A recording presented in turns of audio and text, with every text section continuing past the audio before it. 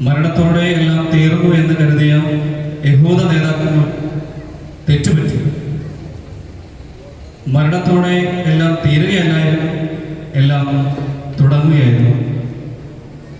മരണത്തെ മറികടന്ന് ജീവനിലേക്ക് ഉയർത്തെഴുന്നേറ്റവനാണ് ക്രിസ്തു. പടുത്തുയർത്തപ്പെട്ടതൊക്കെ അവന്റെ ഉത്ഥാനത്തിൽ. ഓശാന പാടിയവർ മറഞ്ഞു കഴിഞ്ഞു, മരണത്തിന് കാവൽ നിന്നവരും മറഞ്ഞു. പക്ഷേ അവൻ മാത്രം മറഞ്ഞില്ല. എല്ലാം തീർന്നു എന്ന് പറഞ്ഞവരോട് എല്ലാം തുടങ്ങി എന്ന് പറഞ്ഞ് കബറിടം ഒരു പിള്ളത്തൊട്ടിലാക്കി. അവിടെ നിന്നും ജീവന്റെ ഉയർപ്പിന്റെ കരച്ചിൽ കേട്ടു. ഇന്ന് ലോകമെങ്ങും ആഘോഷിക്കുന്നത് ആ കരച്ചിലാണ്. ജീവിതത്തിൽ പരാജയത്തിന്റെയും ദുഃഖത്തിന്റെയും പാപത്തിന്റെയും ഭയത്തിന്റെയും ഒക്കെ ഇരുട്ട് വ്യാപിക്കുമ്പോൾ നമുക്ക് മിക്കവാറും ഒറ്റയ്ക്കായിരിക്കുമല്ലോ. അപ്പോഴും നമുക്ക് പോകാനുള്ള ഇടം, ഏക ഇടം, മരിച്ചവനെന്ന് കരുതി ലോകം ഉപേക്ഷിച്ചവന്റെ കബറിടത്തിലേക്കാണ്. അവൻ മരിച്ചു, അവനെ നമ്മൾ സംസ്കരിച്ചു. പക്ഷേ അവന്റെ ഉയർപ്പിൽ ഒരു പുത്തൻ ആകാശവും പുത്തൻ ഭൂമിയും പിറവിയുള്ളൂ. മനുഷ്യചരിത്രത്തിന്റെ വിധിവാചകം മാറ്റി എഴുതിയ ഉയർപ്പിന്റെ കൽപ്പടവുകളിലേക്ക് ഇതാ നാം.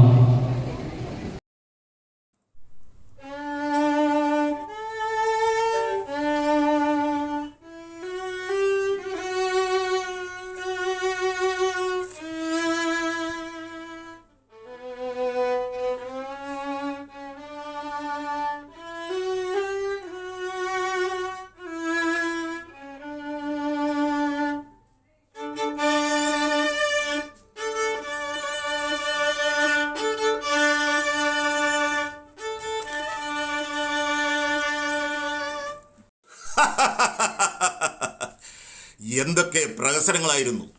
മരിച്ചവരെ ഉയർപ്പിക്കുന്നു, കുഷ്ഠരോഗികളെ സുഖപ്പെടുത്തുന്നു, കുരുടന്മാർക്ക് കാഴ്ച കൊടുക്കുന്നു, 5 അപ്പം കൊണ്ട് 5000 പേരെ തീറ്റിപ്പറ്റുന്നു. ശരിയാണ് പ്രഭു, ഞാനും കേട്ടിരിക്കുന്നു കഥകൾ. ലോകരക്ഷകനെന്ന് വീമ്പിളക്കിയവന്റെ കഥ അങ്ങനെ തീർന്നു. കുരിശിൽ കിടന്നപ്പോൾ അവൻ എന്തെങ്കിലും അത്ഭുതം കാട്ടുമെന്ന് ഞാൻ കരുതിയത് അതുണ്ടായില്ല. ആ ശല്യം ഇതോടെ തീർന്നു. ഇനി അവന്റെ ശിഷ്യന്മാരെ പിടികൂടണം.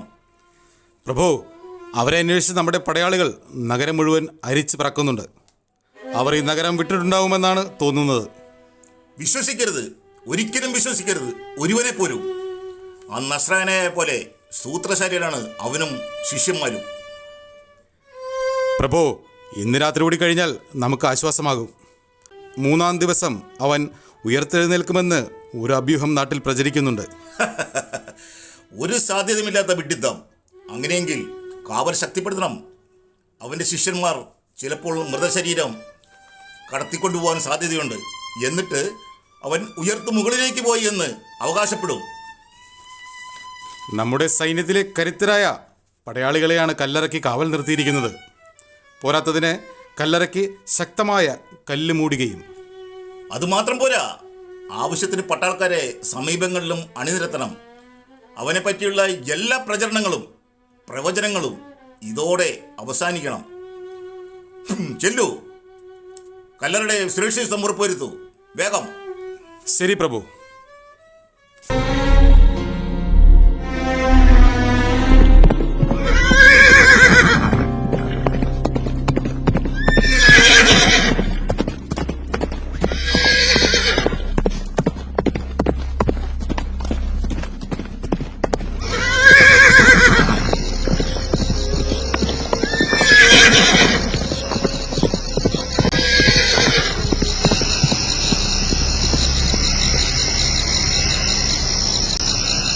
ഇന്നു രാത്രി കൂടി നമ്മൾ ഈ കല്ലറ കാക്കണം.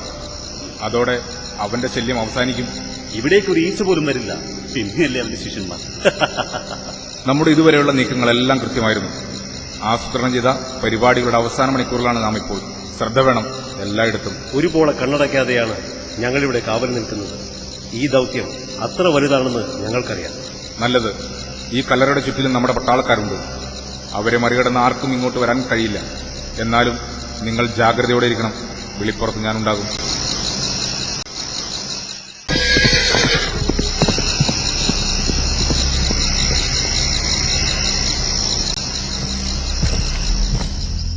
സലോമി, വേഗമാവട്ടെ.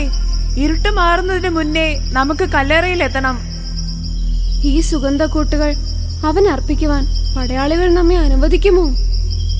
അനുവദിച്ചാൽ തന്നെ ആരാണ് നമുക്ക് വേണ്ടി ശവകുടീരത്തിന്റെ വാതിൽക്കൽ നിന്ന് കല്ലുരുട്ടി മാറ്റുക? അതെ, ഈ ഒരു രാത്രി മുഴുവൻ ഉറങ്ങാതെ കാത്തിരുന്നത് അതിരാവിലെ തന്നെ അവന്റെ അടുത്ത് എത്താനായിരുന്നില്ലേ?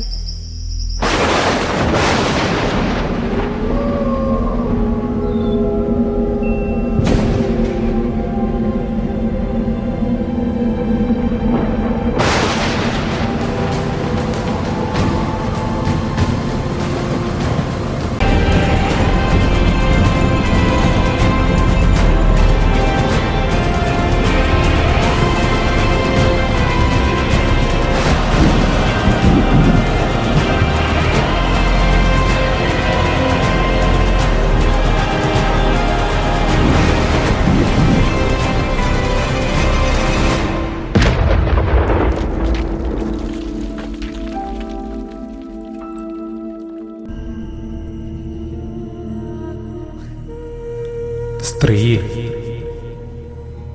എന്തിനാണ് നീ കരയുന്നത്? എന്റെ കർത്താവിനെ അവർ എടുത്തുകൊണ്ടുപോയി. അവർ അവനെ എവിടെയാണ് വെച്ചിരിക്കുന്നതെന്ന് എനിക്ക് അറിഞ്ഞുകൂടാ.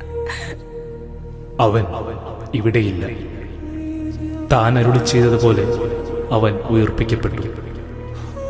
വേഗം പോയി അവന്റെ ശിഷ്യന്മാരെ അറിയിക്കുവിൻ.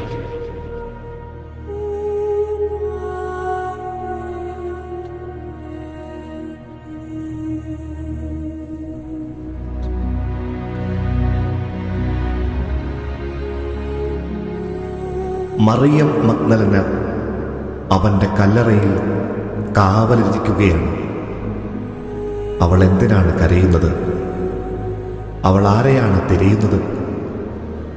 സങ്കടരാത്രികൾക്ക് അവസാനമേകി പ്രതീക്ഷയുടെ പൊൻപുലരി കാണാൻ നാമും അതിനുത്തരം കണ്ടെത്തണം.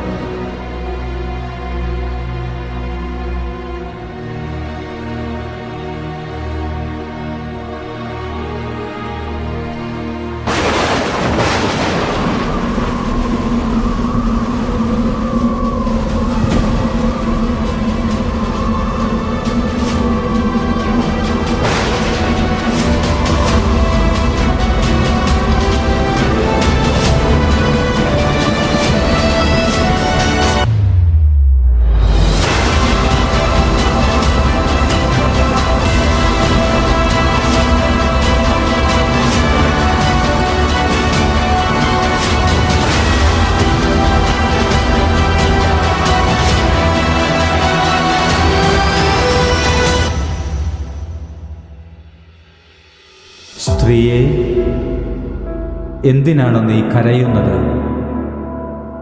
പ്രഭു, അങ്ങ് അവനെ എടുത്തുകൊണ്ടുപോയെങ്കിൽ എവിടെ വെച്ചു എന്ന് എന്നോട് പറയുക. ഞാൻ അവനെ എടുത്തുകൊണ്ടുപോയിക്കൊള്ളാം.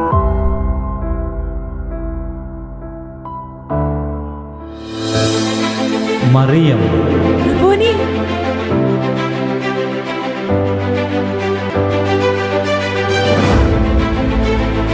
നിങ്ങൾക്ക് സമാധാനം. പിതാവെന്നെ അയച്ചതുപോലെ ഞാനും നിങ്ങളെ അയക്കുന്നു. നിങ്ങൾ ലോകമെങ്ങും പോയി എല്ലാ സൃഷ്ടികളോടും സുവിശേഷം പ്രസംഗിക്കണം.